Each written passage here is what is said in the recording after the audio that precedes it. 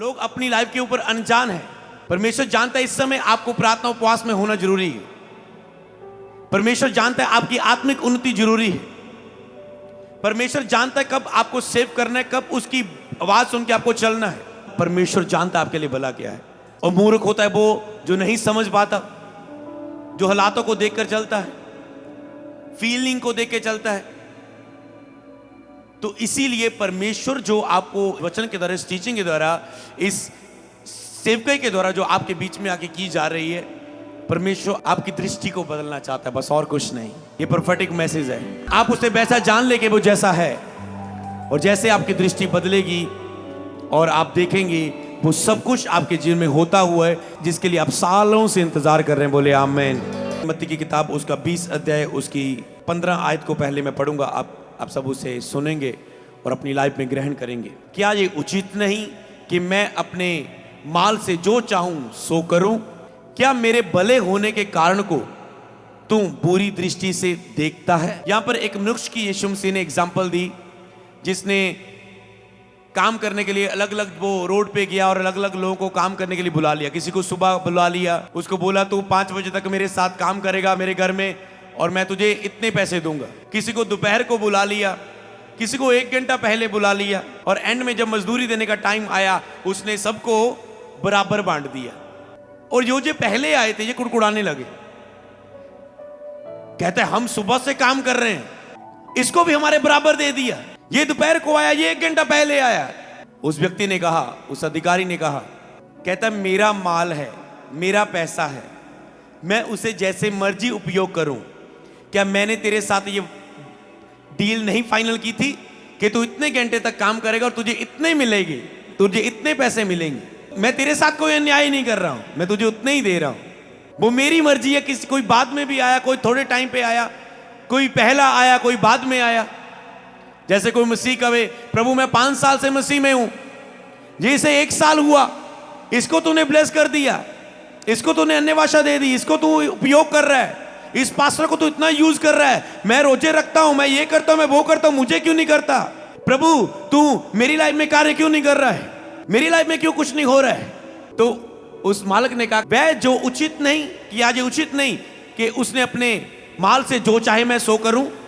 क्या मेरे भले होने के कारण को तू बुरी दृष्टि से देखता है?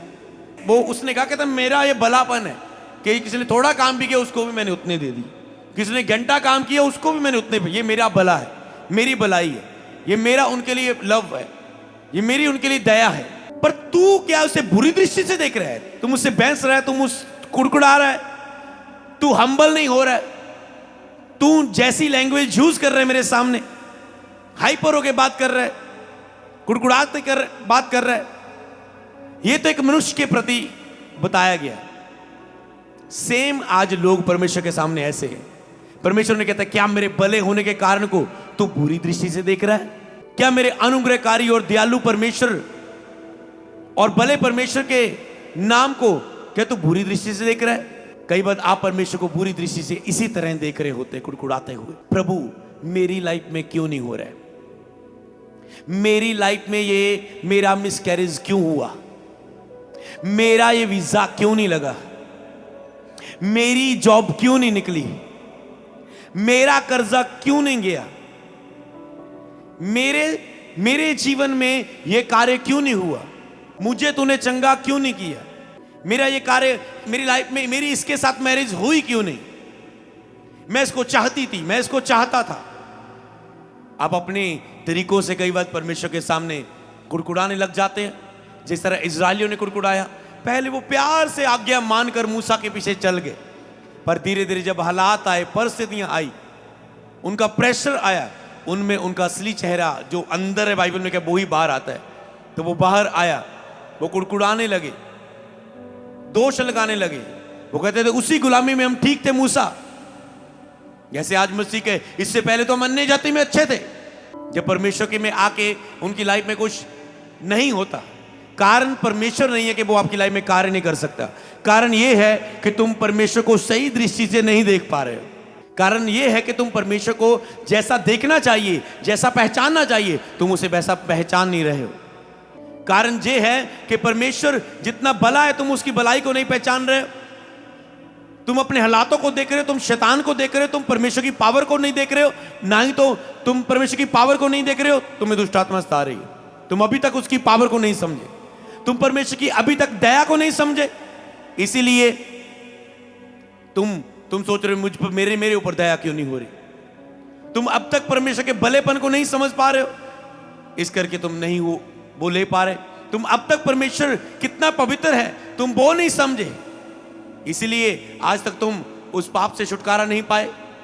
तुम अब तक ये नहीं समझे कि कितना वो क्षमा करने वाला है, और तुम अभी भी पाप के दोष के नीचे हो।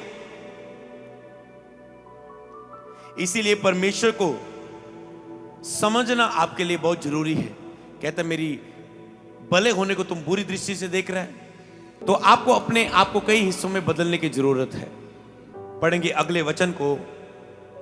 जब हम इसी मत्ती में रहते हुए आगे इसे बढ़े 31 से 34 तक, लोगों ने उसे डांटा कि चुप रहे, पर वह और भी चिल्लाने लगा, हे दाऊद की संतान, हम पर दया करे। यहां पर एक अंधा था जो परमेश्वर के पीछे पुकारता पुकारता कहने लगा, हे दाऊद की संतान, मुझ पर दया करें। आज जब आप कहें ना यहां पर कि आज आपको ये बिलीव करना है, आप प्रोफेटिक पवित्र आत्मा वचन के समय पर उतर आया है, आपको समझना है कि मैं नहीं बोल रहा हूं, पवित्र आत्मा आपसे कह रहा है। उसने कहा हम पर दया करे। आज आपको बिलीव करना है। जब आज की प्रार्थना सभा में आप कहेंगे ना, लास्ट में वचन को सुनने के बाद कई बात आप मेरे पीछे बोलेंगे, प्रभु दया करे, ये वो आप करें, आपको पता नहीं उसके पीछे भेद क्या है। आज जब आप यहां पर लास्ट प्रेयर में कह के जाए ना, प्रभु मुझे ये पाने के लिए दया करें। अंधे ने ये भी बताया कि मुझ पर दया करें। प्रभु ने कहा किस हिस्से पर दया करूं? उसने कहा प्रभु मुझ पर दया करें। एक तो आपको यह कहना है परमेश्वर मुझ पर दया करे, और जब आज कहें ना प्रभु मुझ पर दया करें, आपको यह बिलीव करना है कि मुझ पर दया हो चुकी है। आप गवाही के साथ खड़े होंगे, ये प्रोफेटिक वर्ड है। तो जब आप उसकी दया मांगते हैं, आपको बिलीव करना है दया हो चुकी है। अब मैं चलूंगा, अब मैं खाऊंगा, अब मैं पीऊंगा, अब मैं जो नहीं कर सकता था वो करूंगा, अब मैं ठीक हो चुका, अब मुझ पे कोई अटैक नहीं, अब मुझ पे कोई गति नहीं, अब मेरे इंतजाम हो गए, अब मेरे रास्ते खुलेंगे, अब मैं पवित्रता में चलूंगा, अब मैं सामर्थ्य में चलूंगा, अब मैं सेवा के लिए यूज होऊंगा, अब मैं बुलाहट की ओर बढ़ूंगा, अब मुझ पे दया हो चुकी है। तो समझ गए आज की प्रार्थना सभा का प्रोफेटिक वर्ड जो अभी प्रभु ने बताया, मुझे भी नहीं पता था ये बताना है प्रभु ने। तो आपको बिलीव करना है। मुझे तो बहुत वचन दिए प्रभु ने, उसमें से क्या सिखाना है मैं अभी देख रहा हूं। तो उसकी दया आप पर आपको बिलीव करना कि हो चुकी मांगने के बाद। क्योंकि ऐसा कैसे आप सोच सकते हो परमेश्वर को दृष्टि से ये प्रभु दया करे, और आप सोचें मुझ पर तो हो ही नहीं दया। परमेश्वर ऐसा है? सोच के देखो यार, झूठ सोच के देखो। दिल खोल के दया मांगे और उस हिस्से में वो दया ना करे, क्या ऐसा है? नहीं। बस ये है कि बीच में जो फालतू बहुत कुछ आप सोचने लग जाते हो, मैं पापी हूं, मैं ये हूं, मैं प्रार्थना रहित हूं, मेरी कितने सुन लेगा, अभी तो बहुत मुझे चार्जिंग करनी पड़ेगी आत्मा की तो जाके सुनेगा, मुझे उसके बहुत करीब जाना पड़ेगा तब सुनेगा जाके। ये आपकी दृष्टि होती है। तो सब कुछ आपको बिलीव करना है कि मुझ पर दया हो चुकी है। ओके, उसने कहा हे प्रभु मुझ पे दया कर। और ये भी आगे अगर पढ़े तो तब यीशु ने खड़े होकर उसे बुलाया और कहा तुम क्या चाहते हो मैं तेरे लिए करूं? मतलब कहां दया करूं ये बता। समझ पाए? आपको मुंह खोलना है आज। लास्ट मीटिंग मैंने बताया था, बंगा मीटिंग में, पिछले फ्राइडे बंगा की उस प्रार्थना सभा में पिछले शुक्रवार, के अपने मन की बातों को धारा के समान परमेश्वर के सामने उंडेलो, ऐसे खोल दो। जैसे ही आप कोई लफ्ज दिल खोल के रख देते हैं ना परमेश्वर के सामने, एक टूटा हुआ मन के साथ अपना दिल खोलना होता है। जैसे आप मन की बात खोल के धारा के समान बहा देते तो परमेश्वर आप पर दया करता है। उसने कहा तुम क्या चाहते हो मैं तेरे लिए करूं? उसने जब उसने बताया तो कि उसने उससे कहा हे प्रभु ये कि हमारी आंखें खुल जाएं, मतलब ये कि हमारी आंखों से चंगा होने के लिए दया करे। समझ पाए? मेरी आंखों की चंगाई के लिए मुझ पे दया करें। आप कहें मेरे कर्जे उतरने के लिए दया करें, मेरे बेबी ब्लेसिंग के लिए आज मुझ पे दया करें, मेरी मैरिज होने के लिए मुझ पे दया करें। मेरा मेरा रास्ता खुलने के लिए मेरी दया करे, मुझे मेरी लाइफ स्टैंड होने के लिए मुझ पे दया करे, मेरी बुलाहट के लिए जल्दी मुझ पे दया करे, पवित्र आत्मा से भरने के लिए, छुटकारे के लिए, दुष्ट आत्मा से आजाद होने के लिए मुझ पे दया करे।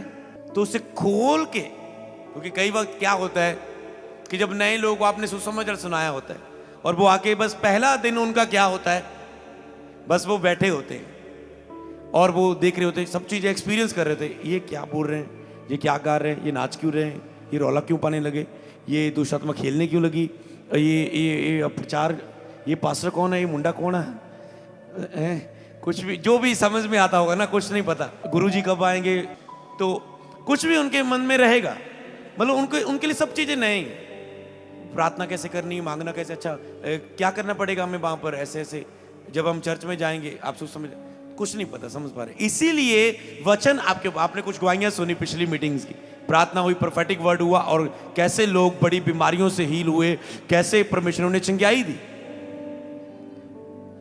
यही तो चीज है। फिर जब सुन के आप लेके जाते हो, फिर आप टेस्टमनी लेके जाते हो और गवाही देने के लिए अगली मीटिंग में खड़े हो जाते हो।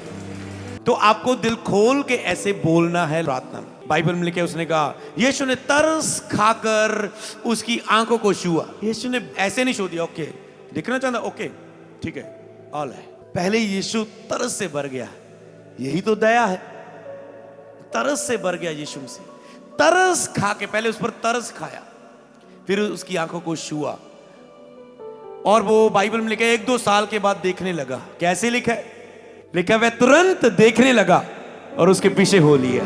तो दया कब होगी? जब आज मांगेंगे। 2 साल बाद, मान लो आपका 10 दिन बाद अमेरिका का के लिए इंटरव्यू है, तो दया के 10 दिन के बाद, दया आज ही होगी, बस वो फॉर्मेलिटी पूरी करनी है, लाओ जी इंटरव्यू करो, क्लियर, लाओ वीजा। दया आज हुई है, समझ पाए? दया आज हो चुकी है। परमेश्वर झूठा है या सच्चा है? इतना पता है किसी को शक तो नहीं झूठा है? परमेश्वर की बात करो, नहीं ना, बच्चा भी कहेगा नहीं सच्चा है, उसको बाइबल पढ़ने की भी जरूरत नहीं, वो बोलेगा परमेश्वर नाम आ गया, गॉड आ गया, तो वो सच्चा है। यीशु ने भी कई बार बोला, मैं तुमसे सच सच कहता हूं, मैं तुमसे सच सच, मतलब मैं झूठ नहीं बोलता, मतलब विश्वास कर ले, तुम्हें सच सच कहता हूं। अगर परमेश्वर सच्चा है, अगर आज वो परमेश्वर का वचन आपको कह रहा है, मैं नहीं कह रहा हूं, वचन से कह रहा हूं। कई बार आपको मिरेकल लेने के लिए पास्टर को साइड पर निकालना होता है, समझ पाए? आपको चमत्कार लेने के लिए कई बार जब वचन सुने ना, सब चीजें साइड पे कर दो। जब पास्टर प्रेयर कर रहा है, जब पास्टर, उस समय रिसीव करो, पर जब वचन बोला जाए उस समय पास्टर को साइड पे कर दो और कहो प्रभु तेरे वचन पे लिखा है, मेरे जीवन में हो बस। अगर आप पास्टर को साइड पे नहीं करेंगे तो हो सके पास्टर की अनॉइंटिंग आपको वो ना दे पाए, हाँ समझे? हो सके पास्टर का मसा जो उसके ऊपर पावर है वो आपके लिए वो मिरेकल ना कर पाए, पर जो वचन पर आपने बिलीव किया और आमीन बोला वो जरूर करेगा। समझ पाए? वचन सुनते पास्टर को साइड पे कर दो, बस खोला जा रहा है, वो बोला जा रहा है, पास्टर का केवल मुंह यूज हो रहा है। समझ पाए? तो वो जो दया करेगा, कल परसों नहीं, वो तुरंत देखने लगा। तो आज आपको बिलीव करना है, दया हो चुकी है, टेस्टमनी का भंडार भर के आएगा होलसेल में। आपकी 1-2 टेस्टमनी नहीं, होलसेल में होगी। मैंने कहा ये याद रखना इन वर्ड्स को। जब आप गवाही देने के लिए खड़े होंगे ना, टीम बोले, आप बोलेगी एक और गवाही, टीम बोलेगी ओके ओके, माइक फड़ पकड़ेगी, एक और गवाही, एक और गवाही, आप बोलेंगे एक और, एक और, एक और। धीरे धीरे टीम को बोलना बस जी और भी देनी है ऐसी। समझ पाए? आप बिलीव करो इस बात पर, आप बिलीव करो, ऐसा ही होगा, क्योंकि वचन कहता है। यह है प्रोफेटिक वर्ड, यह है परमेश्वर जो करने के लिए आपको बोल चुका है, जो कर चुका है, सीधा बात है। बस जैसे आपके मुंह निकलेंगे शब्द, वचन पहले ही बोल दिया है, काम हो चुका है। बस आपको काम है एंड में दया कर, इस हिस्से पर दया कर, बस आसान है। हालेलुया।